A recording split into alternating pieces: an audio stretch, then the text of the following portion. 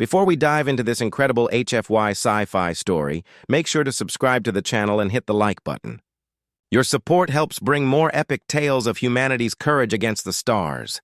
And don't forget, share this video with a friend who loves sci-fi as much as you do.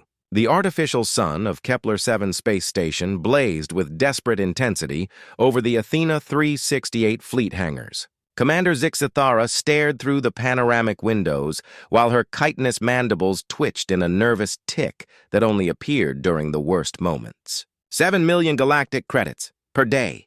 That's what they were losing while their 20 cargo ships remained grounded, unable to complete critical uranium deliveries. Diagnostic status. Chief Engineer Veltar? Zixithara growled, her four hands drumming impatiently on the holographic console. The reptilian alien raised his scaled head, compound eyes blinking rapidly, another sign of extreme stress among his species. Commander, we've had 47 technicians from 12 different species, all certified specialists from the Galactic Confederation. The hypernuclear engines simply refuse to initialize the fusion process. Diagnostic systems indicate all components are functioning perfectly, but the damn ships won't fly, Zixithara finished, her words hissing out like toxic vapor from her pores. In 6 hours, the Andromeda Mining Consortium will cancel our exclusive contract. They're already negotiating with the Krelani from Vega Prime. The tension in the command center was thick enough to cut with a plasma torch. 3 colonies depended entirely on Athena 368's uranium deliveries to keep their reactors running. Without power, life support systems would fail within days. And with the fleet's reputation on the line, other trade routes would be lost like falling dominoes. That's when the hangar door opened with a pneumatic hiss, and a lanky human figure strolled in casually, carrying a beat-up toolbox and a steaming cup of coffee. Carl Sherman, 34 years old, heavy machinery mechanic from Detroit, Earth. He'd arrived at Kepler-7 just the week before as part of a technical exchange program, something most alien species considered a joke. Humans were notorious for breaking advanced technology just by looking at it. "Commander," Carl said, taking a sip of coffee and grimacing, "heard you folks are having some trouble with your ships."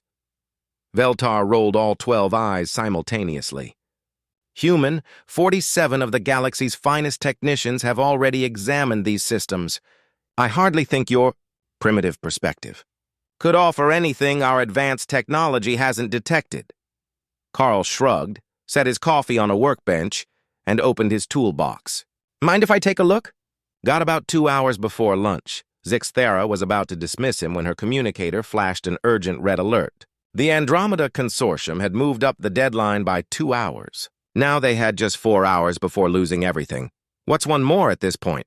she muttered. "Veltar, take him to cargo ship Alpha 7.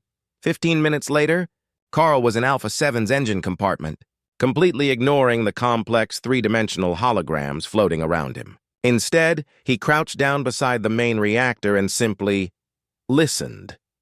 "What exactly are you doing?" Veltar asked with disdain. "Listening," Carl replied, placing his hand on the metal hull. "Every machine makes noise, and when it's not working right, the noise changes." Veltar was about to explain that quantum diagnostic systems were infinitely more precise than primitive sensory perceptions when Carl stood up and walked over to a side panel. "Here," he said, tapping lightly on the panel. "Something's vibrating wrong in there. Impossible. That's the flux dimensional calibration module. It's been tested and retested. All parameters are within specifications." Carl opened his toolbox and pulled out an ordinary wrench, the kind any mechanic on Earth would use on an internal combustion engine.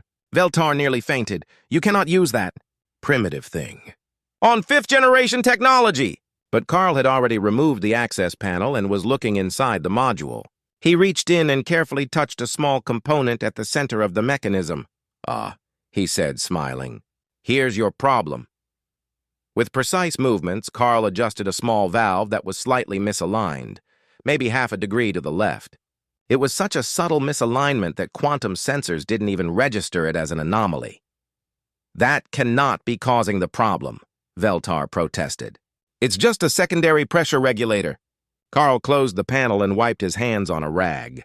"Fire up the engine now." Veltar, more to prove the human wrong than anything else, activated the startup sequence.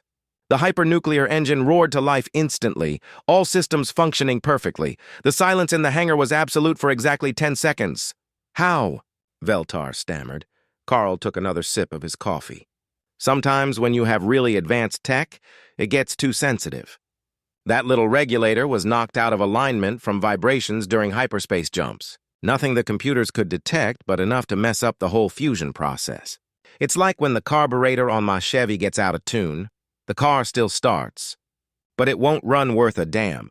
In less than 2 hours, Carl had checked and fixed the same problem on all 20 ships in the fleet. Small misalignments, loose connections, valves that needed microscopic adjustments.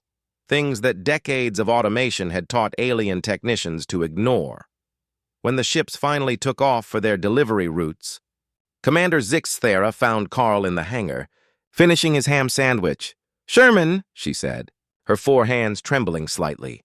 "You saved our fleet, our reputation, possibly 3 entire worlds. How can we repay you?" Carl chewed thoughtfully and shrugged. "I don't know. Maybe you could improve the coffee in the cafeteria. This stuff is terrible, and that's how the Athena 368 fleet learned that sometimes the simplest solution comes from